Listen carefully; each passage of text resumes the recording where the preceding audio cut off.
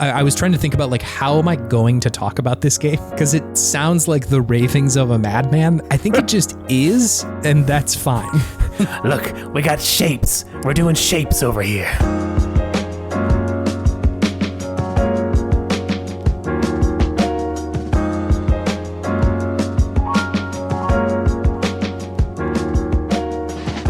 There is a through line in our podcast today, David. Oh, yeah. It is nautical and beaches and ships and boats and stuff. Tar. That really caught me off guard. I thought you were like gearing up to say a whole sentence, and it was just like a normal R, not even a pirate R, just R. No, tar. Yar. Tar. Tar. Yar har tar. And a bottle of rum. There is naturally occurring tar in Santa Barbara. There is, yeah. I got it on my feet. Yeah, you warned me about that the last time I was there. I was tarless when I came back from the beach, but It's good. it didn't. Always got to be on the lookout for the tar. You do. Hey, it's Video Game Podtimism, the Optimist video game variety show where two best friends talk about the wonderful world of gaming. My name is Chase. And my name is David. We got so much boat stuff. You were at a beach. I was on a boat. And I have a game that is extremely nautical themed. Really? Yeah, fully nautical themed. That's exciting. Yeah. A lot of boat stuff going on in there. Do you want to go first? I can. I mean, like, yeah, I'd be delivering on the promise. Keep this nautical theme going. Mine are not nautical. No, I can. I am playing two games, David. Both of them have kind of taken over my life. The first one is a game called Steamworld Heist 2, David. Oh, I played the first one. Yeah, I remember you liking it. I think you had talked about that really early on in the podcast that you played it. I believe so. I enjoyed it, but I never got all the way through it. It was one of those games where like I enjoyed it, but like wanted to like it more than I did. So maybe it would be a good one to go back and like try again and see like maybe if I just wasn't grokking some of the finer mechanics of the game. But it was fun. It was a fun game. Yeah, I hadn't played it. I'd only heard of your experience about it, but when I saw this most recent one come out, I was like, oh, I remember David liked that one a lot, and I had loved SteamWorld Quest, which had come out a couple of years ago. That was like essentially a card battler, and it had come out after Slay the Spire, but it was not a roguelike. It was like sort of a full game that you just collected cards and went through, and I was really into that one. I thought it was really good. But I hadn't encountered any of the other SteamWorld games before. And yeah, so I was like, all right, well, like I might as well give this one a shot. It's gotten pretty good reviews. So I was like, all right, it's good. There's got to be something here. So Steamworld Heist 2, it is this game by what's currently referred to as the Thunderful Group. They used to be Image and Form Games, which is who like the if you look up the company, that's who made the first one and like most of the Steamworld games. But I think they got like reorganized or like merged with their parent company or something like that. So now they're Thunderful. The first one to come out in 2015, which I was like, that timeline is kind of bonkers. I did not know it was that long ago. Yeah. Because I think it was only on my radar until when it hit the Switch, because it was originally a 3DS game, which I was also totally unaware of. Whoa. Yes. Okay. Yeah. I was like, wait a second. But yeah, I was much more familiar with it as a Switch game. And I just seen this come out and I was like, I'm very interested in what's going on. Correct me if I'm wrong, but the first one was like kind of sci-fi, right? The first Steamworld Heist game? Yes. Yeah. Yes. It was in space. Yeah. There's like robots and stuff. Yeah. Is this one not sci-fi? At the moment, it's like only pirate themed right now. Oh, so, like actually on boats. Actually on boats. Yes. Gotcha. So like this was all like pirates in space almost. Yes. Yeah. The first one. My guess is like, are we going to go to space? Is that kind of the arc of this game here? Because you're playing as the, I think, son of the character from the first game. You're playing as Quincy Leeway, who is like this kind of down on his luck pirate, and he's essentially just trying to like get his submarine back that I think was originally his mom's, who's like at this point kind of a legendary pirate, but he's like got, a little bit of some big shoes to fill here. And the setup of this game, it I think in concept is still very sci-fi, because like the first shot of the game, you see just this like flat pirate world floating out in space. I think they call them shards. It's like Earth was destroyed, but there are like these remaining shards of Earth that still kind of exist. Sure. Yeah. Which just like, that's great. That's really cool. I love all that. But yeah, so like they sort of introduce you to the world. there is some kind of like crisis going on because the diesel bots have taken control of most of the water supply, the clean water supply. Ugh, diesel bots. Honestly, yeah. From what I understand, they're like bad in every game. Like the diesel bots are always bad, which is a problem for these Steam bots because obviously Steam, like it's kind of their blood, which is like a little bit gruesome if I'm thinking about it. Like they're producing their like lifeblood and it just like escapes them. It would be as if we're just like constantly sweating blood or something. Ooh, or like a blood mist. Yeah, just always excreting a little bit of mist. But yeah, so like the first thing that happens is you and two other people get your like submarine back. And I think the plan is just originally like, let's go figure out how to like make a living or something like that with the sub. Because like the diesel bots control most of the open seas. So like you have to have some kind of vessel to be able to defend yourself from them. As far as like what the actual game is, I don't remember if you described it this way, but I feel like you did, is that the combat feels a lot like Worms, the like PC game from way back when. Yep. Where like most of it is on, you're like taking turns in this like 2D plane. And most people have like some kind of weapon that they have equipped. So like there are sniper classes, which like you can kind of see where they're shooting a little bit easier. There are some that like have a more rapid fire shot, but like you can't see where it's going to go exactly. And so there's all these sort of like advantages and disadvantages to using different classes. But the point of it is usually that you just wander into somebody's ship and there's like essentially something on the other side that you're supposed to go grab. And then you have to fight your way there.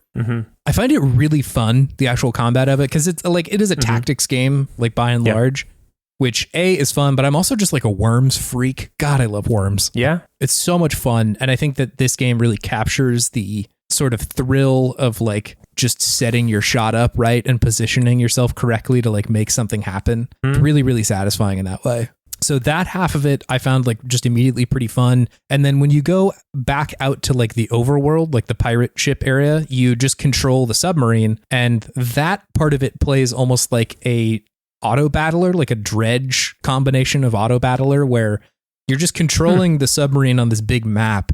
And you have like cannons and shit attached to your ship that if they come in contact or near an enemy will just automatically fire. And so you're really just in charge of like navigating and making sure you're like in the right position, which again, it's just like, it's so much fun. They easily could have just made the tactics part of the game and just said like, okay, where do you want to go? We'll just go there immediately. Right. But adding this other part, it really doesn't feel superfluous or like way too much. It's like, great, this is exciting. I get to go like play this other part of the game after I do the fun part. It reminds me of like the sort of balance that you and I were talking about when we were playing Dave the Diver, of a lot of those mechanics worked initially in harmony and then just like it kind of became too many of them. Like it's almost too much to balance. And so it's like, it is hard to know which of these do we keep versus like which of them are just like so rock solid that we need to keep them in here. Cause like I usually err on the side of, well, we should only keep the stuff that's good, right? Or like just strip back anything that feels superfluous. But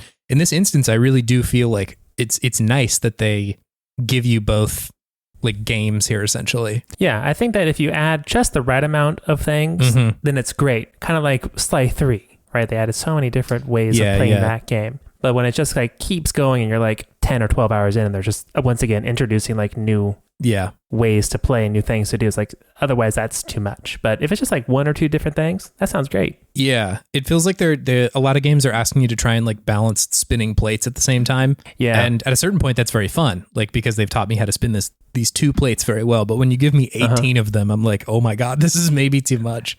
At a certain point, it becomes anxiety inducing a little bit. Yes. A little stressful. Yeah. And I think that's a hard balance to strike, but I think they've done a really good job here. Just because like, again, in the sort of similar Hades way, I am always excited to go back to the other thing whenever I'm done with one of them, right? So like once I'm done with the tactics, I'm excited to get back in the ship. And then once I'm done with the ship, I'm excited to get back to the tactics and everything. Not to mention like they make the ship feel very fun. Like you have to physically go in there and like walk around to do stuff, which is just like really fun. The ship in the first one was good too. Yeah. I like that a lot. Goes a long way to sort of like characterize how it feels there and just like makes it feel like more of a lived in space, which is like neat. And I know you love going to talk to your crewmates. I do, yeah. This is no Mass Effect, right? Like I'm not interested in kissing any of these robots. About to say who you kissing. At this point, nobody. But I do like that they're there and like hanging out. And like this game is largely comedic in its writing, and so every now and then you'll get like, you know, some lines that I'm like, hey, that was pretty funny. That was pretty good. I'm not like absolutely busting guts over here, but like, you know, my guts are just spilling out all over the place. Absolutely busting. But yeah, it's like, it's pretty good. It's serviceable. What else about this game? I also really like the class system that is here. I don't know if this is in the first one, but one of the kind of wrinkles that this game adds is that your class is largely determined, or just is only determined by whatever weapon you're currently equipped with. So if you have a sniper, you are a sniper. If you have a hammer, then you're like a brawler or whatever. And initially I was like, hey, that's pretty neat. Like I'm having a good time with that. Whenever you like, you know, do battles, you level up a little bit and you can get some more like skills that are like genuinely very tangibly useful. It is not the like you up your power by 10%. It's like you do one more point of damage and everybody's health pool is like 5. So it's like, holy shit, that's a lot. Or it's a lot. You know, you can run a little bit farther or something like that, which I just always appreciate that ability to upgrade, or like that way of doing upgrades where it's the numbers are so small that any increase is like significant and dramatic, or just something that will totally change it. Right. So like one of the classes, I can't remember the name of it, but essentially whoever has like the kind of submachine gun, if you shoot somebody and kill them, then you automatically get another turn just right there. Not to move, but just to shoot. So like if there's a ton of guys down there that are all kind of weak, like you should send one of those dudes down there because he might be able to like hit a couple of them rather than just one, which just like, again, very fun. The sort of more interesting half of this is that eventually you can start just like swapping different weapons out with different people, but they retain some of those skills. You have like a pool of points that you can assign the skills that you've already unlocked with. So if I have somebody who's like a level 3 sniper or something like that, and then I give them a hammer, they're suddenly like their class is a brawler, but they still retained some of those skills from when they were a sniper. And so there's this like fascinating multi-classing that starts to happen where you're like, okay, what can I do? Like what different combinations would work well with these different characters? And then it's just a matter of like doing enough fights with them to level them to the point where you want them to be, right? And you can unlock the skills that like have really cool synergies with each other.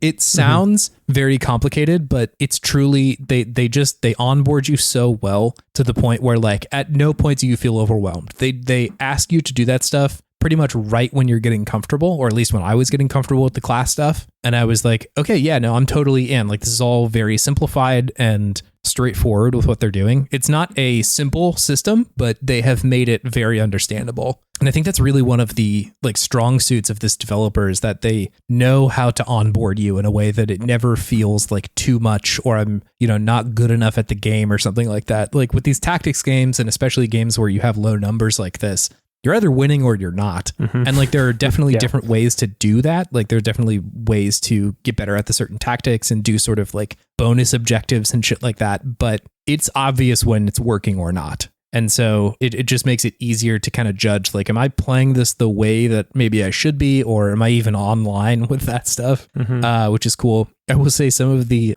humor in here is a little bit like 2010 humorish. Like the bonus objectives are all called epic swag. Yeah, it feels very like MLG clips or whatever. It feels like one of those kind of edits. And like, it's not overwhelming. Like this doesn't rise to the sort of like cringe level of like Borderlands or something like that. Borderlands 3, where it's just like, guys, please, I need like 10 minutes before we make like a Arrr XD so random Nyan cat reference, like please. But it's in there, but it's mostly kind of it's like set dressing for the most part. It's not that big of a deal.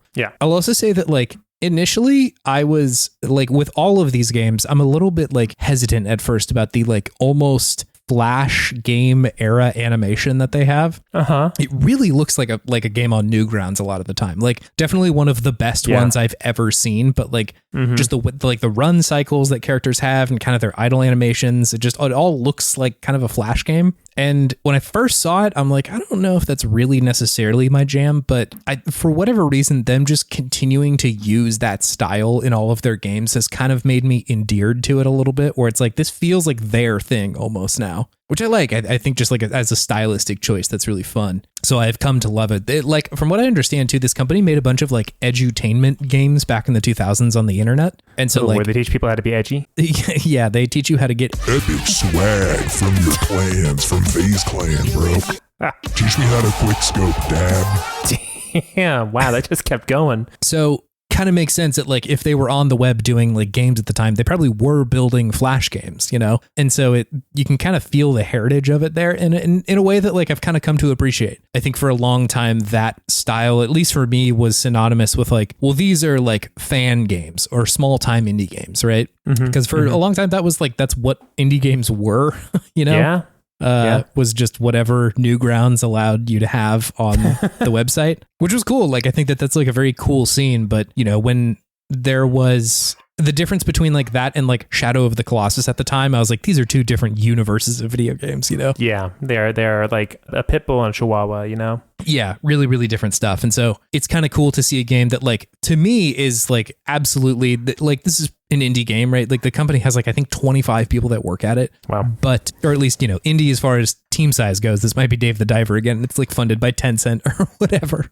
Oh, is it? No, I don't think so. But like, oh, maybe it is. I haven't looked into that enough to say for certain. But regardless, like, big backer is Jeff Bezos. Yeah. Oh God, this one's funded by Elon. Everybody, gotta go return it. That's not true. You should buy this. Play game. it on your Cybertruck. Yeah. God, that's not true. You should buy this game. I think they're fine. But like, it feels fully feature complete. Like there is nothing here that I'm like, you know, they sanded off the edges or they kind of skimped on this part. It's all like beautiful and gorgeous, and there's so much dialogue and so many missions, and like everything feels like complex and cool that I'm just really enjoying it. I think I have found most of the Steamworld games like just weirdly solid. I feel like they don't get brought up enough when people are talking about good video games, like myself included. Yeah. They feel like the Honda Civic of video games, where it's just like, this is clearly an incredibly well-made car, but like for whatever reason, people don't give it the credit. Although I think a Civic people usually do. Like that's widely known as a very good car. It sure is. But still, I guess what I mean there is that like this is an indie game, or like it is a smaller quote unquote game, but it is still just like built so well, and you can tell that there's a lot of care put into the craft of it that, I don't know, it's just great. I'm having a good time with it. Oh yeah.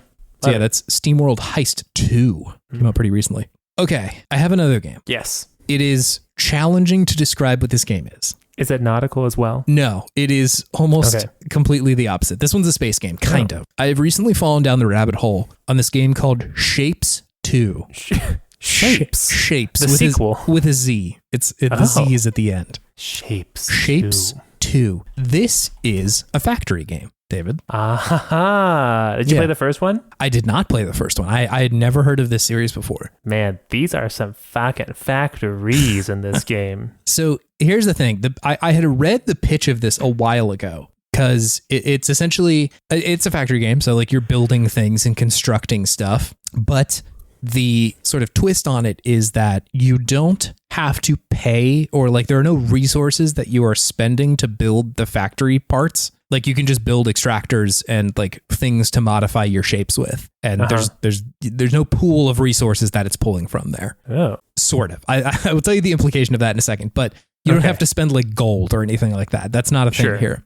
And it's not a survival game, which is, I think, kind of common in the factory game genre. Like Factoria and Satisfactory are both like, you need to manage like the dangerous wildlife and shit that shows up every now and then. And some of those skew more towards like almost Subnautica of like, you need to manage your like water and food and shit like that. I would think, I think most of them are closer to just like, make sure you have enough energy and shit, but they all sort of are like pinky promising, touching hands with the survival genre. They're just like, they're kind of close. They're almost there, but this game is not that at all. There's no sort of like health or anything like that you need to manage. There's no person you're controlling. It's just the factory shit. And so when I heard that pitch, I was like, I don't know, that kind of sounds bad. Like, I don't think I want to play that necessarily.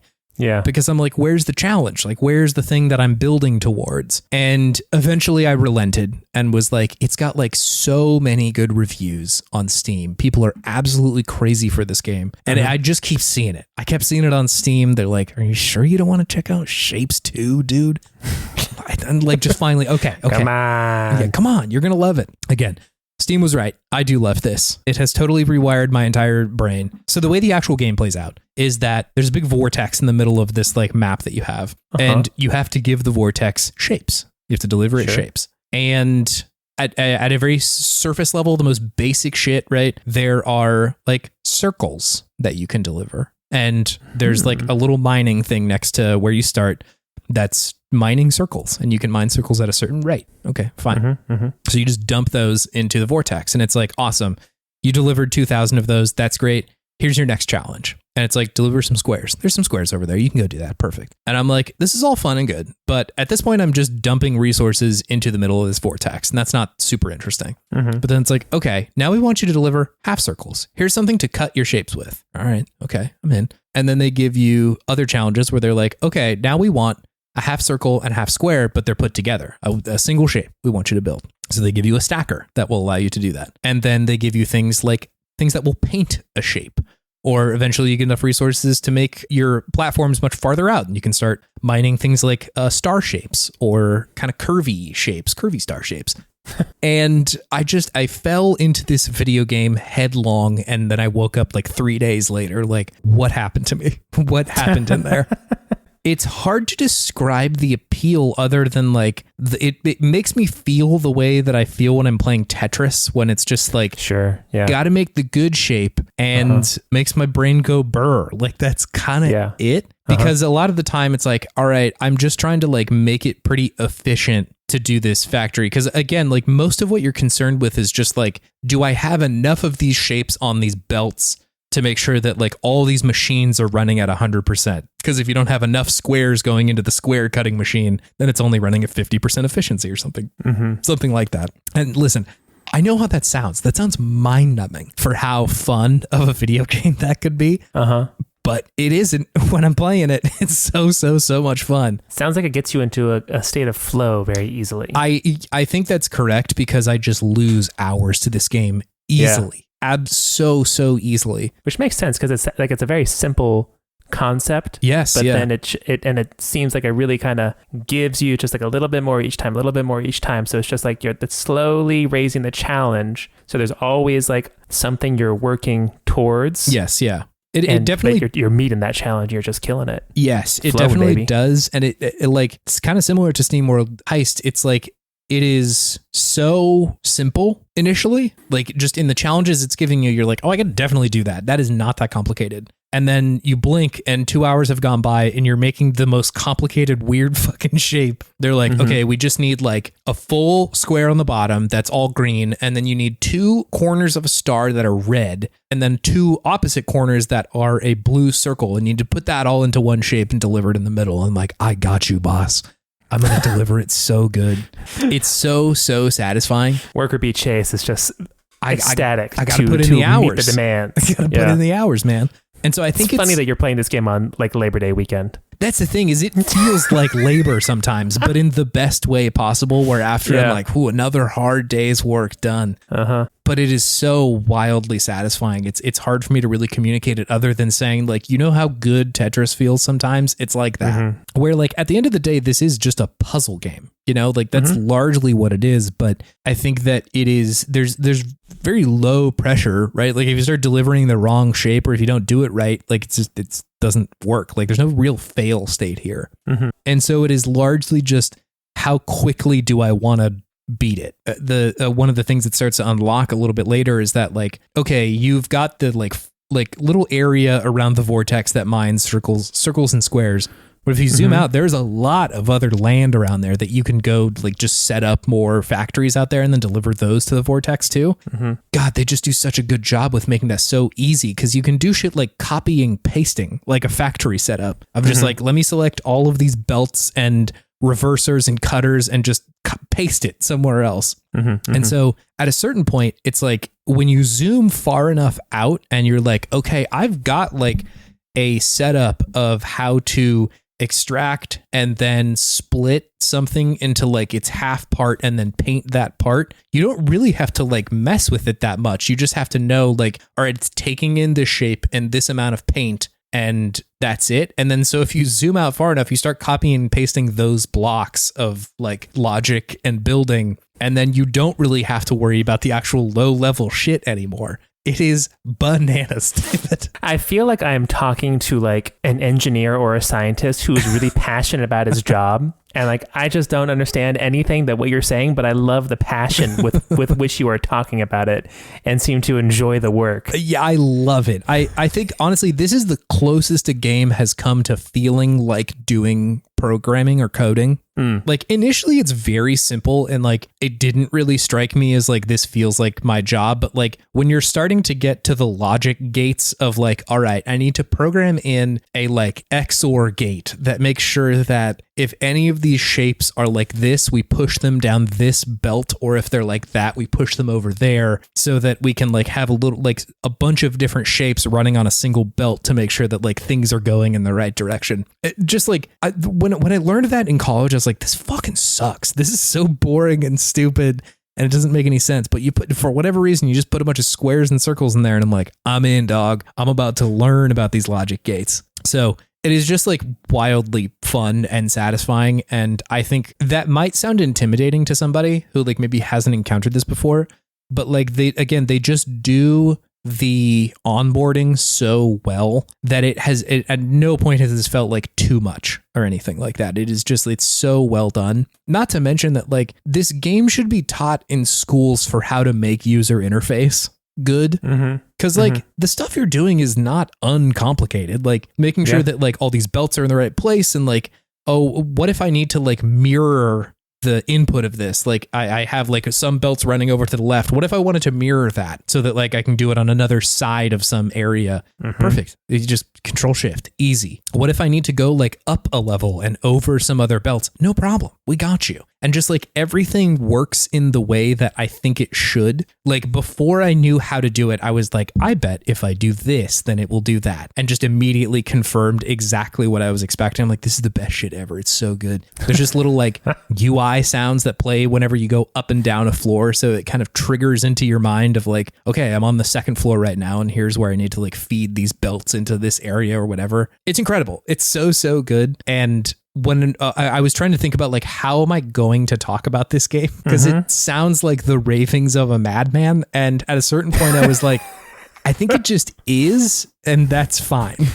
Look, we got shapes. We're doing shapes over here. Yes, yeah. Like the pitch of it is just so silly and bizarre, but has like fully taken over my brain at this point. Like, you know, like after you play Tetris for a while, in your dreams, you kind of start to see like tetrinos falling down and like just putting them in the right spot. That is exactly the same feeling I get with this one of like, okay, so let me think about this shape and put it over here in the corner and make sure I got enough room. And oh, that one doesn't really fit in here. So let me just put that on the second floor and make sure that I get like all of that is just constantly happening in a way that I'm just totally obsessed with. It is in early access, and I don't feel that in the slightest. I think that like the developer had said like, hey, this is pretty much done. We just wanted to like get it out to people to maybe see like, hey, if there's something that people want or like, you know, think would really benefit the game, then we can add that. But this is pretty much done right now. Yeah. So it's not like you're getting into this and it's like, all right, now you're finished with the game. Come back in 3 years when we finish it. It's there. Like the game is there. And so if you're worried about like not getting enough of it, fear not.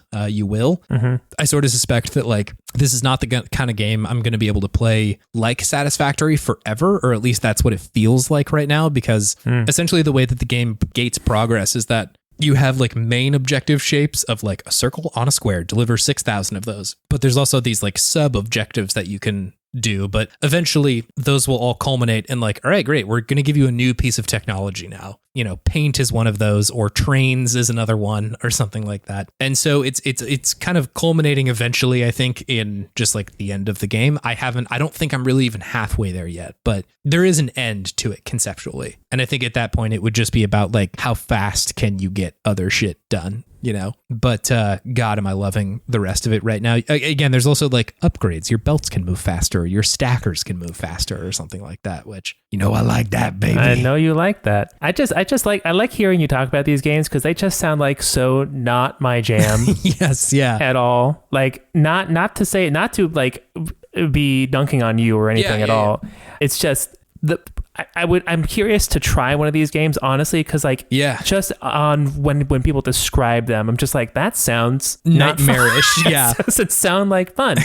But there's obviously something there. So maybe I gotta try one of these factory games one of these days and just like see how it goes. Honestly, I think if any of that interests you, this is the one. Like it is so stripped down of so many things that I think the genre has assumed you must have up to this point. Sure. Like it kind of opened my eyes to like, this is still fun outside of like the survival part or anything else. Like it's still a really, really cool system. So, and I think it's just like, it feels so kind to the player most of the time. Yeah. Again, they're never trying to trick you or like, you know, get you into a situation where the game is going to like kick your ass. Like none of that happens. It's a very nice game to play. The other games do that. They're like, you thought you could do it this way. Now you're going to get fucked.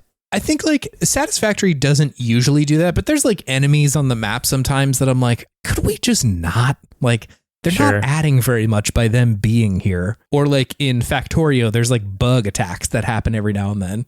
I think you can turn that off in Factorio, but like, why? Like, why is it here? Yeah. And I think it does add a little bit of pressure and like there's some, you know, defenses that you can build eventually. But I appreciate that this game is just like, no, the fun part is the factory part, and that's all we're going to do, right? That's the only thing, but we're just going to like drive it to its farthest limits with what we can make fun about that. And I'm just like, that is good. That rocks. When you and I were young, we used to argue about like if Jak and Daxter or Ratchet and Clank was the better series on PS2. Yeah. And I think partially some of that was just we found our corners that we were going to fight in because both of us liked both of those games, but we were just like, this one's the good one and this one is the not as good one. So stupid. It's like pointless, but I remember. I mean, everyone knows it's Jak and Daxter. Right. Yeah, it is Ratchet and Clank going commando. You're right, David. But it is like, at the time I was like, why would anybody not like Ratchet and Clank? Like, it's just like such a good game. Whereas like every time I've played a factory game, I'm like, I'm surprised I like this, let alone anybody.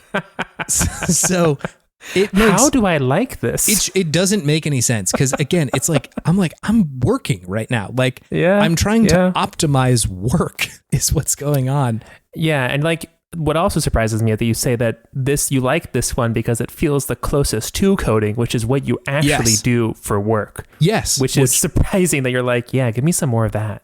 That's what I'm saying is like conceptually that shouldn't be the case because every time I get close to doing actual engineering in a video game, I'm like, I don't know about that. But I think this game is just like, it has made it so easy to onboard onto it and to want to play more of it that it kind of snuck in there. And I'm like, all right, fine.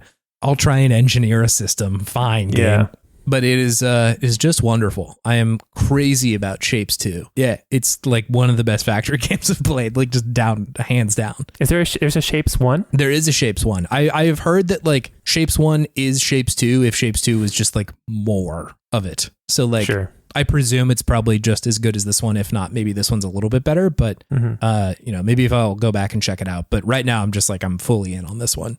Yeah. So if you're into factory games, this one's exceptionally worth a try. If you're not, I don't know, because like this is such a specific genre. But I think if any of them are going to get you into it, this one is probably going to come the closest just because it is so forgiving to the player and like seemingly kind a lot of the time. It's just like, doesn't want to waste your time, doesn't want to like put undue difficulty on there. It's just like, just make the factory and make it fun. So yeah, if you're factory curious, check this one out. Cool. But that's all I've been playing, David. What do you got? What's up with you? I've still been playing the 2 games that I've been playing and talking about on this channel. Yeah. They've got me pretty good right now. Yeah, so it's always a good mix when I have a FromSoft game to have like HS kind of chill brain game to play in between. So I'm still playing Sekiro and I'm still playing Balatro. Sekiro, I had just beaten Genichiro the last time I was talking about it. And now I have gone through Senpo Temple.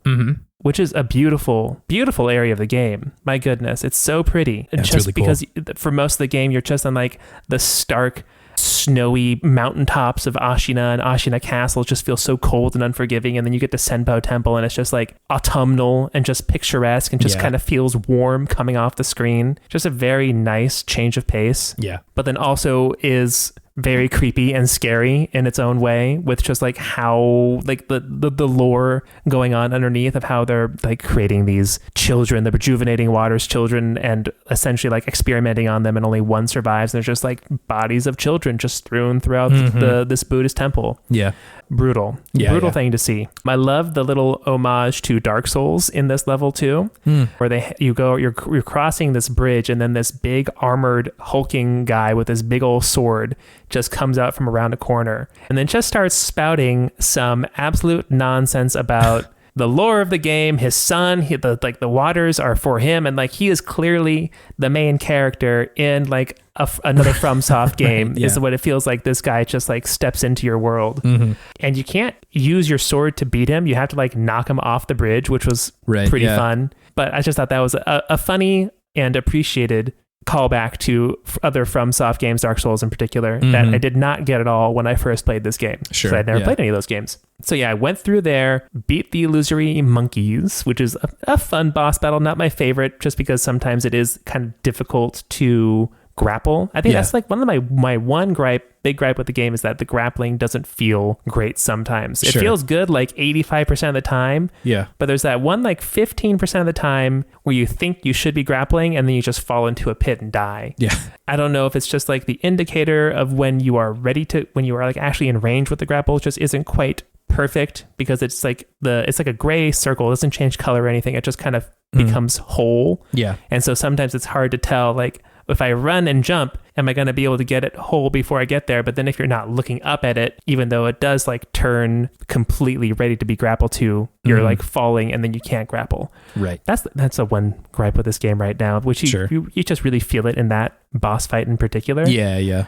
But otherwise, a fun boss fight, very thematic, very moody kind of fight. And then I went through the Sunken Valley and beat the Headless Ape. Yep. Oh man, that is still such a good fight. It's really, really fun. Yeah. Just even doing it again when the ape comes back with its head cut off and just starts moving around like a centipede, because that's what's in there. Right. So creepy, so scary, and also so satisfying when you beat that monkey finally. I know, yeah. And I feel like this, after Genichiro Ashina, when you beat him, I feel like the game kind of ratchets up the difficulty a little bit. Senpo Temple, if you're not careful, people will just kick your ass pretty hard. The Headless Ape, a very difficult boss fight. But at the same time, you start to feel very powerful as well in this game. Yeah. Because it's not long after you beat the Headless Ape that you have to fight that same Headless Ape, who's not dead, because you didn't use that mortal blade on him the first time, and then he calls his lady ape friend, and you have to fight both of them at the same time. Yes. And when you fight both of them and like you handle each one of those very powerful bosses handily at the end there, you feel so good. Yeah, you feel so sure. You're like, who can beat me now? I've beaten 2 apes at the same time. I'm the number 1 shinobi ever. Two monkey hard to kill. 2 monkey hard to kill. 1 monkey hard. Yeah. 1 monkey without a head, even harder. But 1 monkey without a head and then another monkey. Very difficult. But very difficult, but you've already learned lessons. You've already figured it out. You've already figured out the lessons, right? And I think that boss fight really succeeds because it is so close to when you fought the ape before. It doesn't happen too far afterwards, so you still remember all the moves and how to counter them. Yeah, and you still remember how to counter the base monkey moves too. So it's just a really great test. I really enjoy that battle. I think it's just so quintessentially FromSoft of like we had this in 2 different phases of one boss battle, but can you handle it when it's 2 doing those 2 sets at you at the same time? Yeah, and yes, the answer is yes, you can. So good. So good, so empowering. I'm crazy about the phrase base monkey moves. I'm really, really into that. Just like I was listening to you, but that was just rattling around in my head the whole time. You just stopped. Base monkey moves. Base monkey moves. Base monkey moves, man. Yeah. Those are powerful moves. They are powerful. Those are powerful moves. Those base just monkey moves. The base monkey form kicked my ass quite a few times. Quite a few times. Yeah. Quite a few times. Also, the Mortal Blade is fucking cool. It is very cool. When he wields it the first time, man, that is some good shit. He's a badass character. I like Wolf. He has like Samus Aran energy. Yeah, that's true. Just like fairly quiet, but you still get a pretty good look into who they are, you know? Mm-hmm. Yeah, it's cool. Quiet, single-minded, determined. And I also appreciate Sekiro now in comparison to other FromSoft games because it has so much more of a story. Mm-hmm. Yeah. Like that's actually like tangible. Yeah, told. Yeah.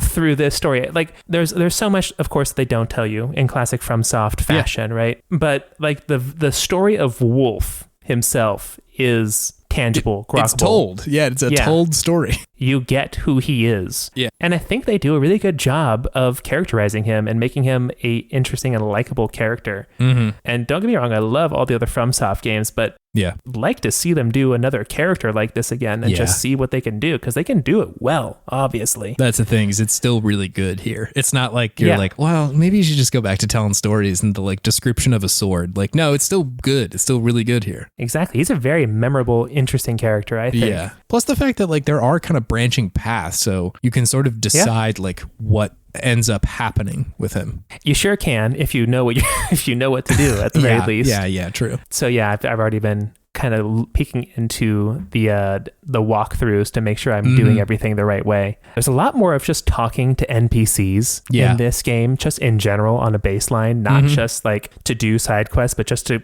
get the base quests going and to understand what's happening. You really got to be going back and forth between Kuro, Emma, the sculptor, everybody else, the weird little merchant guys who are just like floating around, scooting around, stealing things, pillaging things. They all have something to add. With the creepy old lady who just like sits around places asking for rice to give you hints. Yeah. But yeah, just a really fun game. And I feel like it's also kind of opening up more now after beating Genichiro. I feel like the areas there's just more hidden paths you can find that always have something good. FromSoft is always so good at really rewarding you for exploring and like going out of your way to find like a far off distant area. Yeah. There's always like a mini boss there, some sort of good item, a fresh serpent viscera versus a dried serpent viscera, which will be better for you in the end. A Terra persimmon instead of a persimmon. I don't know what any of this means, but I'm getting them all. It's very Zelda of them to do that. Sure. To just like tantalize you a little bit of like, you see that chest up there? How are you gonna get that? Like that they hide it. Oh, not in plain sight, but they reward your curiosity with like what is in the distance without being like you need to follow the red fox to get there. Exactly. No shade on Ghost of Tsushima, but like it's not that. It's not operating under that theory of how to build a game. No, it's much more like, I can see that far off place. It looks different than the other places around it, which makes me think that I can probably get there. So how do I get there? No, they do a really good job with that. Yeah. What you were talking about earlier and what we've discussed on the show before of like adding more concepts and things to do in the game can sometimes feel overwhelming. I feel like Sekiro continues to give me new options in combat, but they're all to answer existing problems that I have in combat, which I think works really nicely because it's like, oh, you have your midair death blow now. So if someone is jumping at you, you can jump up, get them instantly, right? Yeah. Instead of just having to like run around, block, deflect, or anything like that. And you're kind of at a disadvantage against them in the air. Yeah. So they add that kind of depth to the game, which I think that if they had just given you the ability to do that all at the beginning, you wouldn't have understood why those were good tools to have. You wouldn't have appreciated it, and you probably wouldn't have used it, and you probably would have forgotten about it. And it's interesting that they show you like, okay, this is a problem for you. Beat the enemy first, and then we'll make it easier for you when you go back because now you have this move that can just essentially one-shot them. So just good game design. Not only have you earned the knowledge of the move itself, but you've also earned the knowledge of why it would be useful in the first place.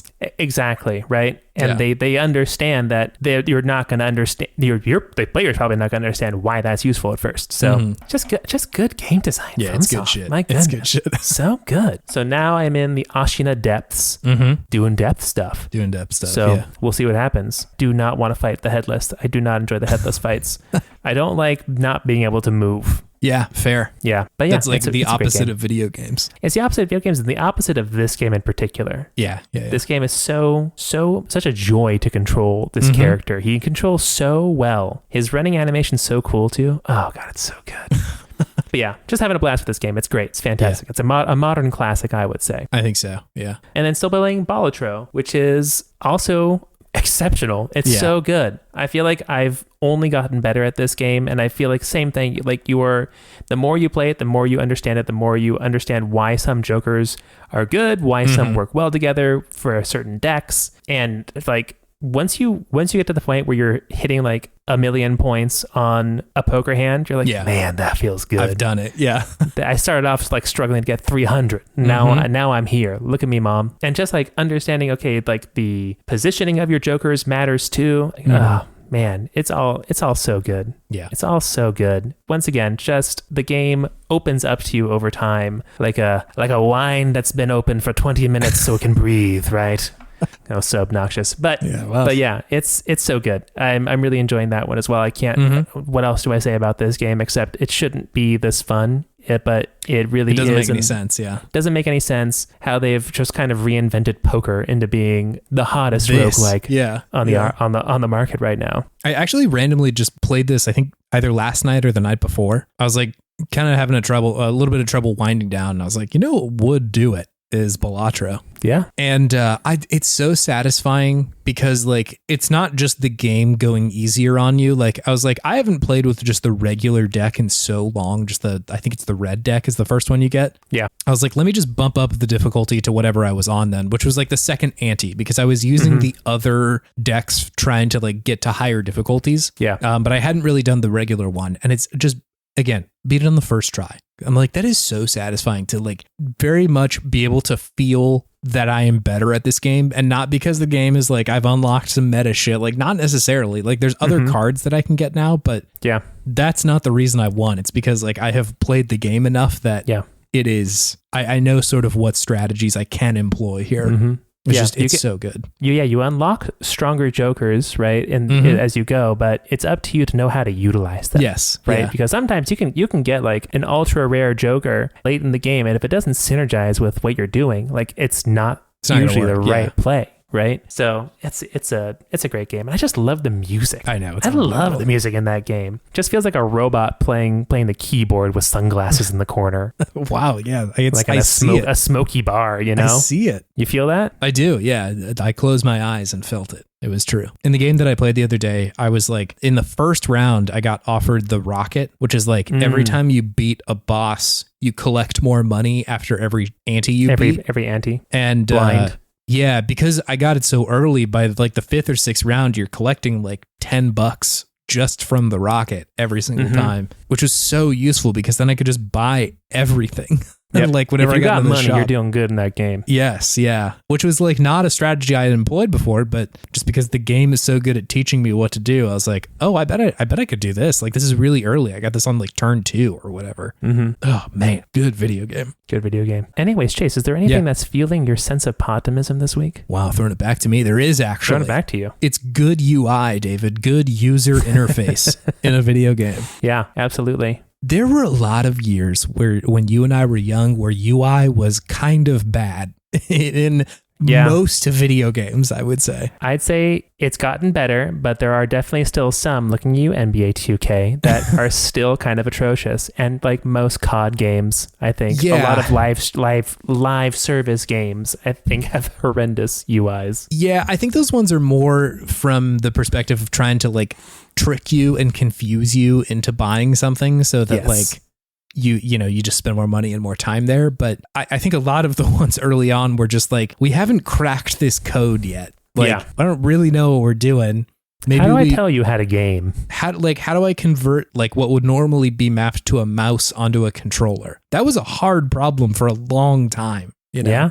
And even still isn't perfect, but like I look at something like Unicorn Overlord that came out this year, and like that should be a game that works only with a mouse, but they managed to make it work on like the Switch nubs, you know? It's still really, really good. So anything like that. And I think also contributing to that is playing Ogre Battle 64, which was just like a UI nightmare. Like it was really hard to figure out like what am I looking at? Like, what am I supposed to be doing? What can I do even? And, not to, say anything super negative about the game we're going to talk about, but like some of the UI is intense. You really got to dig and try and figure out like, what is this? Like what's going on in here? Yeah. And that feels much more of its era than like, this is just bad UI that somebody made. Cause like Tokimeki Memorial looks exactly like that. And that came out around this time. People fucking love that game. So it's not necessarily a bad thing, but just like, Windows didn't look amazing yet. And Mac was like good, but not perfect. Like, I think humans were just grappling with like, what does it look like to interact with the digital space? Sure. And video games hadn't really figured it out. But like every now and then you get one where you're like, oh my God, this feels amazing. Like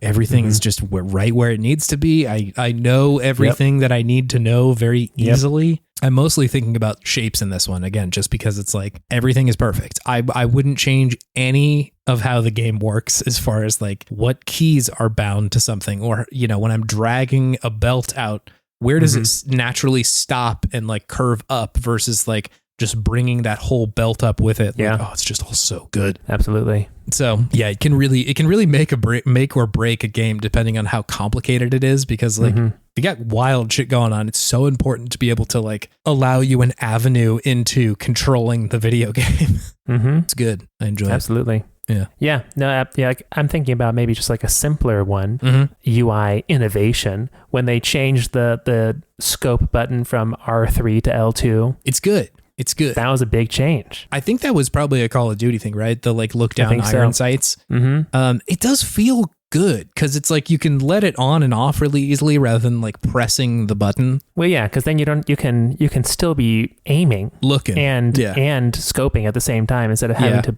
break that, press down, and then go back. Yes, But yeah, UI, and like there are some marvels of UI in this world right now. Like I've played both City Skylines and Roller Coaster Tycoon on my Switch. That shouldn't be possible. It shouldn't make work, it feel good, but it does feel good. It felt great actually, both of those games. So it's just we've come a long way. Come a long way since Pac-Man. Do you have something fueling your sense of optimism, David? I do, and it's my excitement for this new Astrobot game that's coming out soon.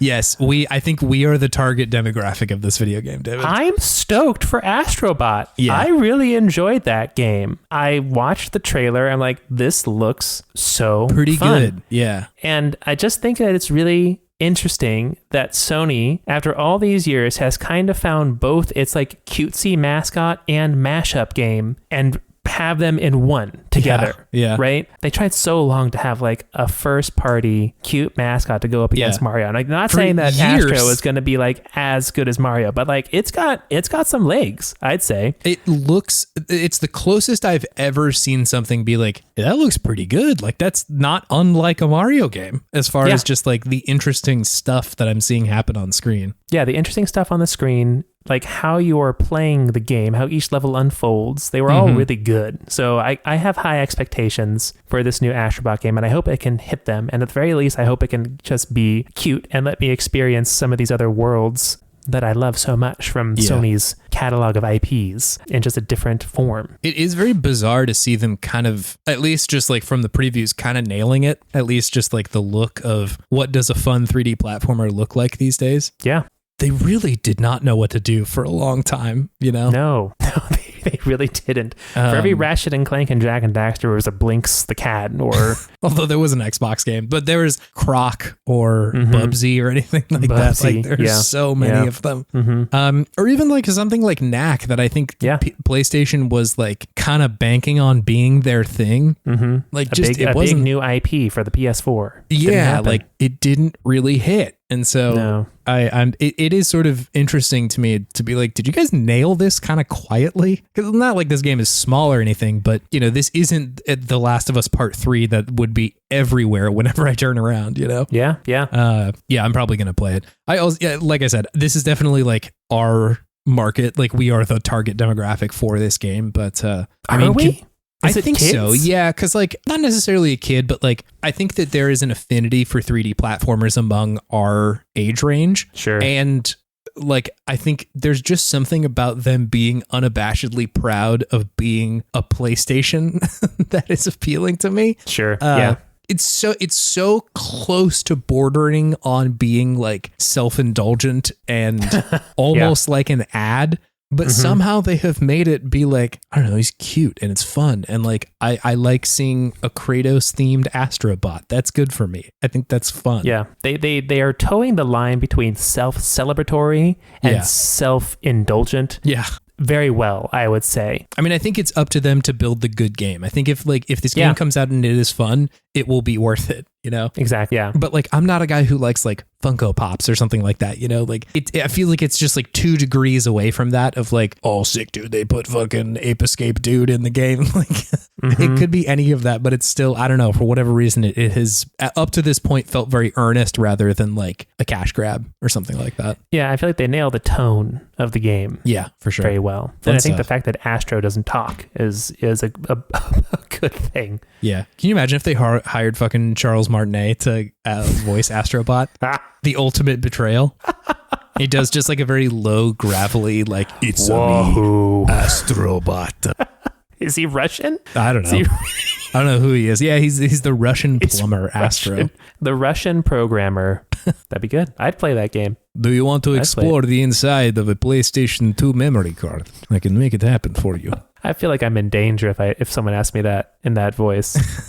Lots of references to PlayStation 2 era video games. I feel so unsafe talking to that person. Do you want to move on to our main thing, David? Yeah, let's do it. All right, cool.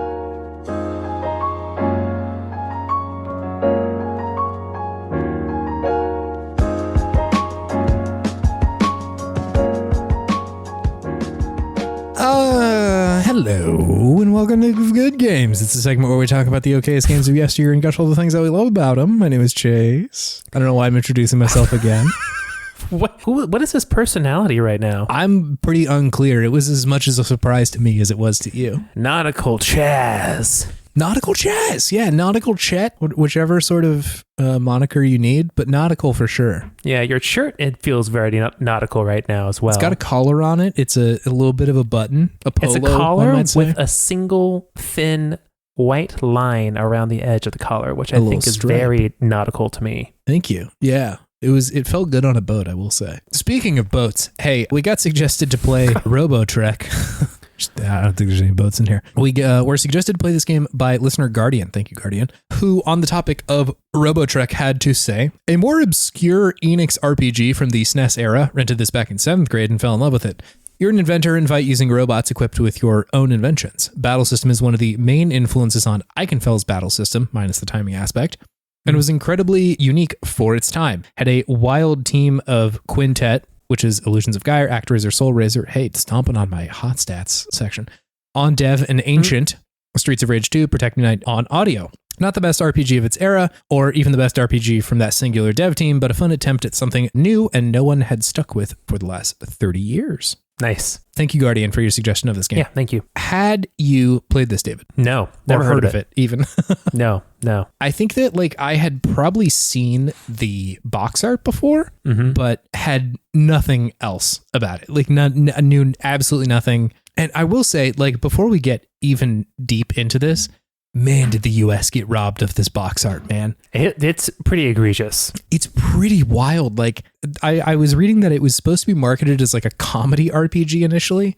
Didn't end up being fully that, but like the name of the game in Japan is Slapstick. It's called Slapstick? It's called Slapstick and has like a very like bright yellow background as its box art. And like, I'll probably be using that for the podcast art. So if you see that, that's the Japanese one. Oh yeah. Don't use the US one. No, the US one looks like a satellite that's like almost out of frame. It's so strange. Yeah. It's the butt end of a satellite. Yeah. So like one corner of the box. It is pretty rare that America gets like the better box art in any case, but like this one was brutal, a brutal translation from the East to the West. But anyway, before we get too far, David, let me hit you with some hot stats. Please. Hot stats.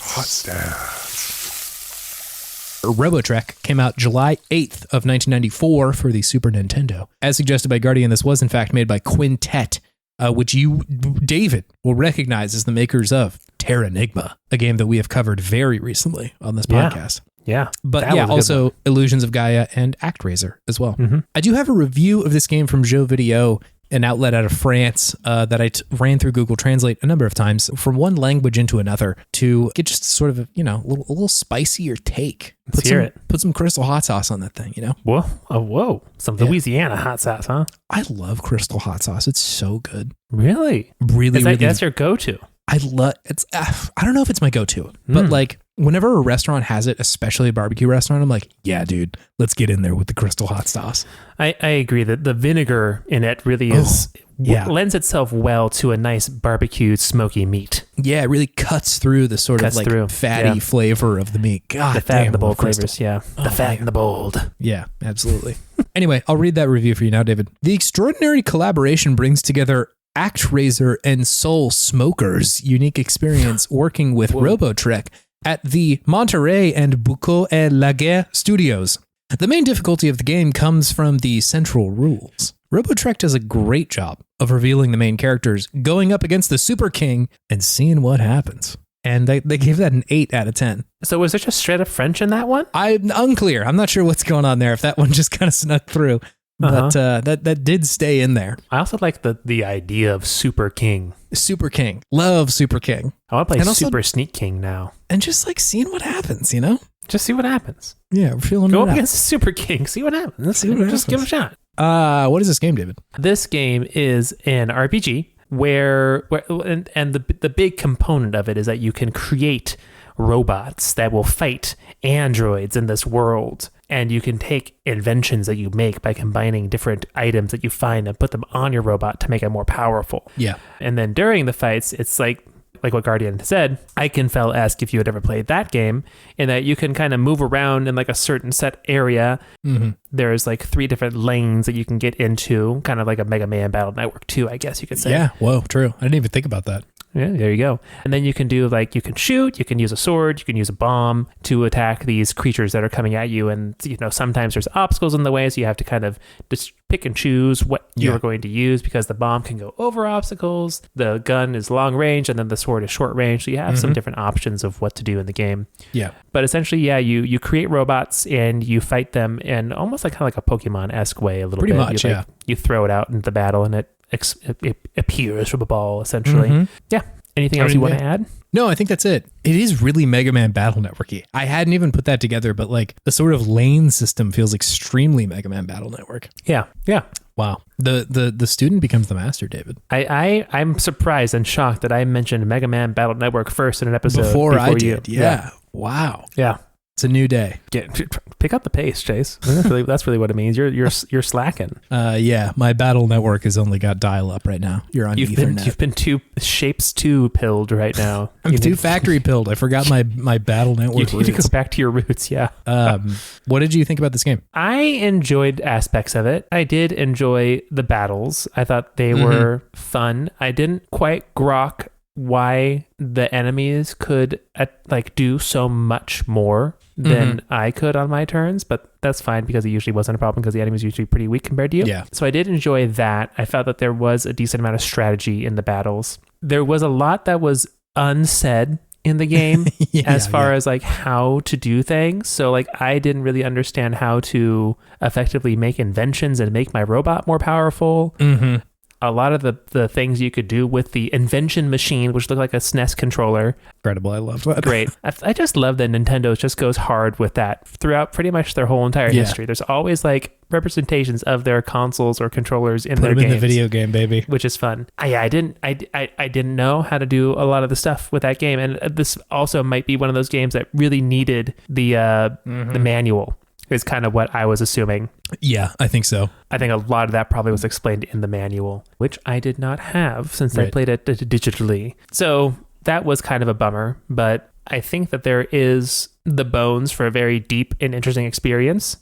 I just couldn't access it because it was just like a lot of trial and error and like more error than anything else, I would say. Sure. Yeah. But the combat was fun when I got to engage in it. And I did enjoy at least kind of like the conceit for the story. I always like robots versus creatures. Always fun time. That is good. Yeah. Robots versus like kaiju-esque things, even though they call them androids. They look like animals, right? Yeah. So yeah, it was a mixed bag, but I think more than anything, it's just a result of not having the manual as why I didn't understand what was going on. Yeah. Yeah. I think we have become pretty reliant on like the game telling me what to do, which I know sounds like a silly thing of like, yeah. It probably should do that. Like that's just an assumption, I think, playing these games, but it really was like they packed a lot of info into the manuals early on. And so, yeah, I definitely found myself like just kind of like experimenting and being like trial and error almost for like what to do in this game. I think I did get a little bit farther in that process because it did sort of eventually become a little bit more clear to me that like the inventions and stuff were like gear for your robot, and like finding new robots was like fun too. It reminds me a lot of how Dark Cloud 2 did its like inventions, because there was that whole deal of like you would take pictures of certain things in Dark Cloud 2 and then eventually that would like allow you to invent a new thing, and sometimes that was like pretty helpful. Of like, you know, it's a brand new sword that's like much better than the rest of the swords you've played with before or something like that. Yeah. And so it's interesting to see kind of a precursor to that. I feel like a lot of these JRPGs, or specifically the ones from this company Quintet, like there's a lot of stuff I see in other games that I'm like, I didn't realize that y'all were doing this so early. Sure. And so I wonder if these games were just more like a lot more widely played than I thought. Like I felt like I saw a lot of the like kind of action RPG stuff from Terra Enigma, and then this one as well. In like, obviously this is very Pokemon-y, but I think this and then like the Shin Megami Tensei games feel kind of similar, of just like capturing and training friends that you then have fight for you. Capturing and training friends. Yeah, I guess the implication there's a little rough, but is there a cage in your house with my name on it, Chase? Yeah, no, that's for other times, David. That's for other David. That's for other David. That's a consensual experience. But yeah, it's like you feel a lot of the influence here on other stuff, which I really appreciate. Like, I think Pokemon has become very restrictive in where it wants to experiment, and sort of understand why, right? Like, it's such a huge IP. And like, that's why I was so excited about Arceus, was like, here's this kind of different thing that they're doing, and I really appreciate that. But it's interesting to see it under this context, because this is like so clearly not a Pokemon game, you know? Even though like you are training like robots and stuff, like the structure of it's really different. Yeah. The story of it's very different. The tone of it is very different. Like, I think if you maybe say did literally replace all these with like actual Pokemon, it would still be like, man, what is this game? This is totally bizarre. Yeah. Because it's not turn based. You move around. Yeah, not really. You have a turn, but you move around during your turn. So there's an element of positioning that is not in a Pokemon game. Yeah. Right. And I think that's just the way that you upgrade the robots is also different than how you train and improve a Pokemon. Definitely. Yeah. Which I like. I really appreciate that it's like kind of a different take on that formula. I want Pokemon to be so many different things than it is. Not necessarily because I don't like the product that's out there, although Scarlet was interesting. Scarlet and Violet were sort of an interesting video game, and even that one was trying different stuff, but it kind of just didn't hit. And unfortunately enough, I think that was, partially just the technical issues were pretty brutal. Yeah. But I like that approach, but yeah, just playing something that is so different than that is fun, even while still kind of retaining this like monster fighting thing. What was that game on GameCube that we played for the show where you fought robots? Custom Robo. There you go. This game kind of reminds me of that. I could see it. Just like, the fighting robot shit. Obviously, this one's very closer to like, just a classic RPG. But even down to the fact that like your dad is like a famous robot person. Your dad, Dr. Akihabara, which I was like, that fucking rocks. That's so cool. Great name. Yeah. It's the like kind of geeky section of Tokyo that like sold or like sells like manga and anime and gadgets and shit. And so it's like calling your dad like Dr. Brooklyn or something like that if you're the father of like a craft brewery owner or something. Sure. Dr. Chico. Dr. Chico. I like Dr. Chico. That's fun. It's a fun one. And so I love that. But yeah, just like the fact that you're related to this like very famous inventor is very Custom Robo, which I think is pretty fun. I also totally misjudged how old I think the main character is, because like your dad's like helping you set up this new house in what he says he's going back to his home in the suburbs eventually. And so he's setting you up in what I guess is like a city or something. And I'm like, wait, isn't this kid like 5? Why am I here? Like, he's like, all right, peace out. See you later. Like, I'm going to go back to the forest and live there. I'm like, am I not a child? Why am I living out here? Yeah. How old is the character? Like teenager? I don't know. That's kind of what that's at the very least a teenager. That was my assumption. You also have like, it's supposed to be your mom, but I found a journal in Dad's house that's like, I made an android replica of his mom. I'm like, oh no. Is that really what it is? That's a robot, I think. Because he never called her your mother. He's like, always just called her Nagisa or something like that, right? Something like that, yeah. Well, I think he made her look like what she did when they met. And so like just the looks of it doesn't quite math out, you know? And so he's like, well, I guess this is just like our helper or something. That's spooky. It's extremely spooky. And I will say that this game continues the trend of just absolutely bananas shit going on in Quintet video game storylines. Sure. Yeah. Just nutty stuff. Like, I think, so there's this group called the Hackers, which like, chef's name. kiss. I love that. You like wander into the mayor's office and he's like, a lot of fucking hackers out there right now, man. I'm like, yeah, dude, this is good. I like all this. Also, like Albert Einstein is behind him. Not actually Albert Einstein, but Dr. like Einst, please. Yeah, a different guy, legally distinct Albert. Yeah. And he is like, yeah, dude, I want to invent so much shit, but these fucking hackers, and like, it's so bizarre that was like your mission at that moment too, was to go talk to the mayor. And he's like, kid, I got a problem with these hackers. Anyway, get out of here. So I love the setup of that. But as it turns out, the hackers are like trying to get the like help of your dad, Dr. Akihabara.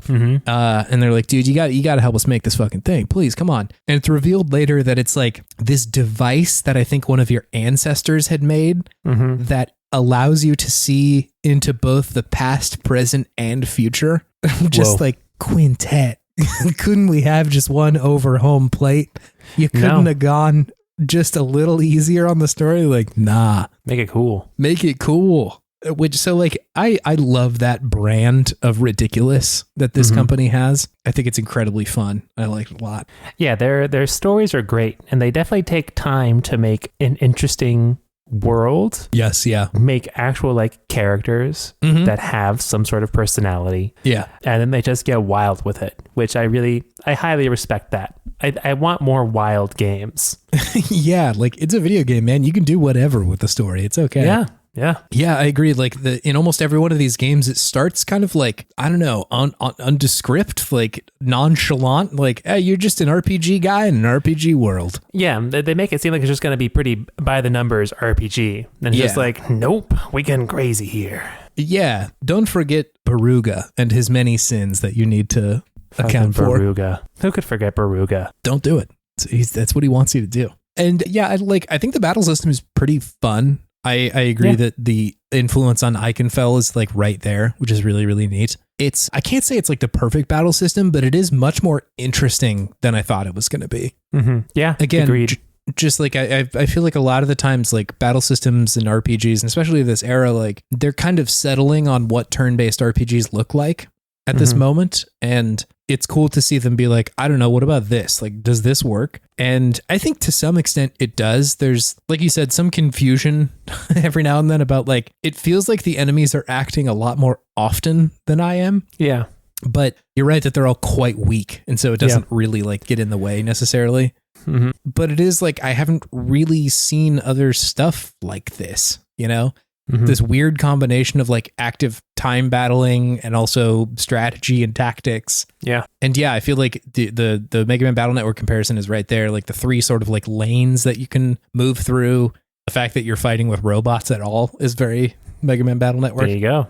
Yeah. I do wonder how much of that influenced the game. But that influenced Mega Man Battle Network? Yes. Yeah. Because that came after this, right? Yeah. Yeah, pretty well after it. I think that was the earliest one was sometime in the 2000s. This is a pretty early game. 1994. Yeah. Yeah. Yeah. No, I think that there's a lot that this game is trying and experimenting with in comparison to other games at the time. And I think that for me, the thing that it succeeds the most well at is the battle system. It's a lot more engaging than just stand there and then press the button and hopefully you hit, right? that's always something that's kind of, for classic JRPGs, been a pretty big turnoff for me personally. Sure, yeah. So that they just add like a little bit more. It's a lot more interesting. And I think that for me in those types of games, if you just give me like a little bit more interaction, I'm there for it. Like Legend of Dragoon, right? Yeah. Or Eichenfeld, or this game, right? Let me position myself. Let me do like just a little bit more something active. It's just a more pleasing experience, I think. Yeah, totally. I agree. And I think that's still true. Like even with the turn-based games that I enjoy nowadays, like there is just something else there other than just hitting, you know? Yeah. Like I think one of the, I wouldn't say simpler, but the versions of this that I think works very well is the sort of system in Persona where it's like you're trying to exploit weaknesses over and over again until you can kind of do like an all-out attack sort of deal, which works for me. It makes the turn-based stuff like more of a puzzle than it is like just a grind. And also why, going back to like older RPGs from this era, I usually like have to play it on something that I can double the run speed of the video game. Yeah. Because like I just don't want to sit there and slam A that much, you know? Exactly, right. That used to be a thing that worked, but I think that it's harder and harder over time to justify just like, let's just throw time at this game, you know? But yeah, you're right that this one like definitely integrates a new sort of idea that is cool and fun. I found it cool. Same. Shouts out Quintet. Shouts out. Yeah, they have a lot of interesting ideas going on in these video games. And I do like the idea of you find these robots and you can find other things to power them up. That's a fun idea. And I think that is something that I haven't really seen it. Like what other like robot RPG is there right now? I mean, yeah, other than Custom Robo. Robo, yeah. Which itself came out probably 15 years ago at this point. It hasn't been a lot of that. Like there was Armored Core recently that was mechs. Yeah. But they haven't done one that's like a slower combat recently. Yeah, not really. Like, I feel like if you're getting a game that takes a lot from Pokemon, like it's trying very specifically to be Pokemon, you know? Like Nexomon or, oh God, there was another one I played that I don't remember the name of. Any of that. I think Cassette Beasts gets a little bit closer with kind of its approach to Pokemon and like technology combining there. So like that's sort of an interesting riff there, but you're right that like there isn't really just like a robot fighting game. I just wonder if it's like not something that people are necessarily interested in these days. And that just be maybe, you know, part of the problem with the industry right now is that there's just so much reticence to take risks or to make kind of niche products, because like this is fairly niche, you know. Like that's true. An RPG about fighting robots is like, that sounds very cool, but I bet like, you know, the average Call of Duty-er would be like, nah, I don't think I want to play that. Just make it a cozy dating sim as well. Hey, I'm down. I'm very down, David. You're meeting people at the underground robo fighting ring. Of course. Who is there to kiss here? I mean, Moonstone Island, that like farming game, had a little bit of like Pokemon-y stuff going on in there, but it was like creatures that you were fighting. Where are the robots, man? Where are the robots, man? Somebody bring me a robot. I want a robot game where that actually like lets me open up this robot and tinker inside of it. Know what I mean? Like I want to play Operation on my robot and see if it works better or worse. Yeah, you want to physically get in there. Yeah, I do. I definitely miss this era of kind of creativity in games. And like, not to say this shit doesn't exist, because like Chained Echoes and Sea of Stars is like right there. Those games came out fairly recently and are still very much in that vein. But I long for the single A or double A RPG where they're just like, I don't know, what if this works? I'm saying all this and realizing, again, Eichenfeld exists. That's a very good game too. Maybe the point is just to say I like these games, David. Maybe that's the thing. You like these games. I like these games, man. Let's get more of them. I would like a robot too. Robots are cool. Bring back a robot. Bring back the robots. Make a new Mega Man Battle and a Mega Man Legends game while you're at it. Mega Man Battle Legends. That I don't know what would happen to sort of my spirit if that game released, David. Yeah, if everyone listening couldn't see it, but Chase's eyes rolled into the back of his head when I said that. Yeah, I sort of went somewhere else for a moment. I don't know where that was. He dared to believe. Yeah, I did. I dared to believe, and I sort of felt myself go to a nicer, warmer place. I will say, it's not heaven. It's something else. Something else. It's a place where those games exist. Then in the arms of a strong blue robot. Boy, man, in fact. Mega Man. Yeah. It's in the name. It ain't Mega Boy. No. Anyway, Guardian, thank you for suggesting Robotrek. Thank you. It's a fun one.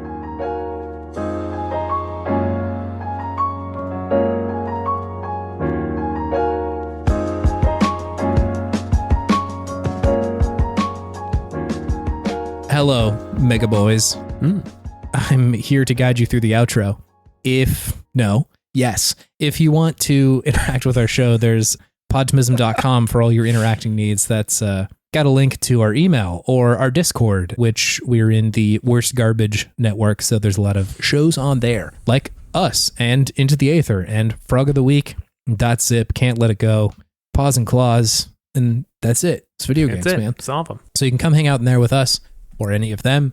You can also suggest a game on our website. That's a thing available to you. We're working through our backlog. Got some plans to dig out some of the ones that have been on there for a little while. A bunch of them are like, hey, you got to play this in person. And there might be a shave and hang pretty soon.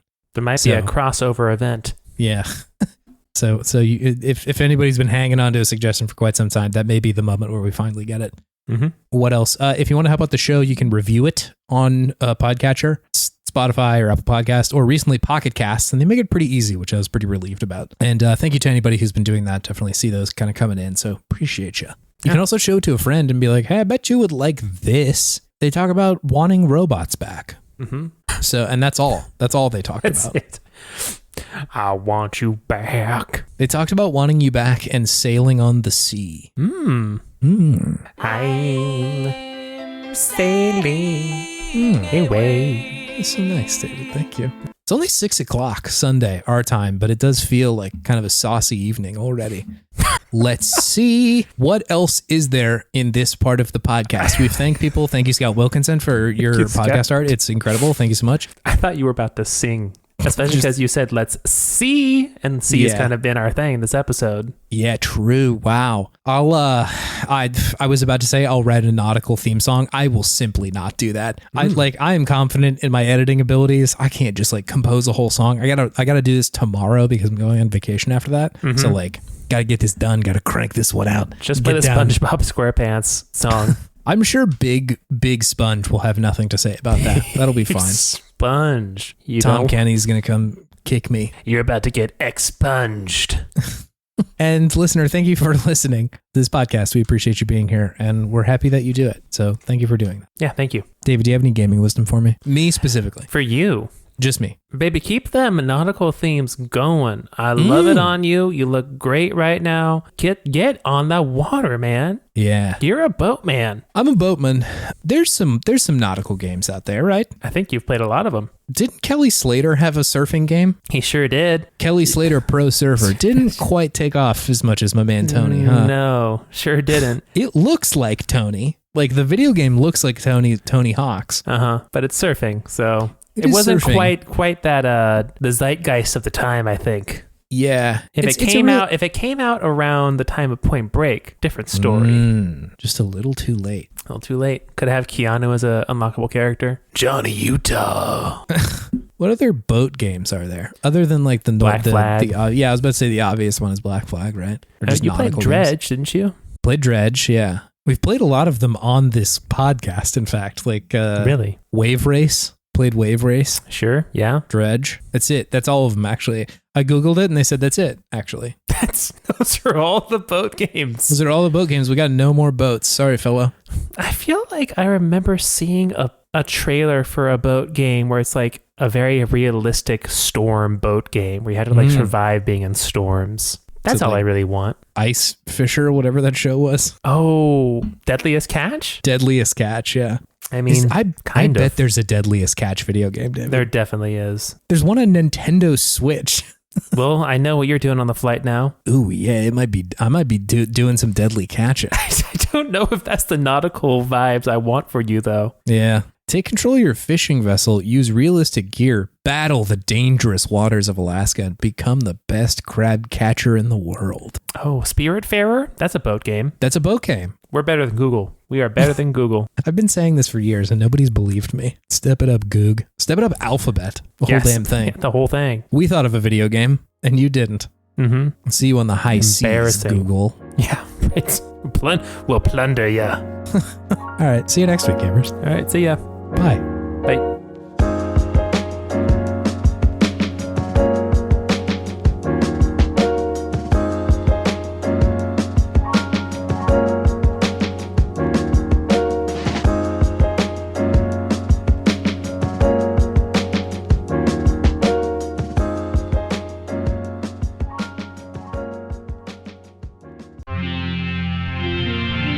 TWG, the worst garbage, the online.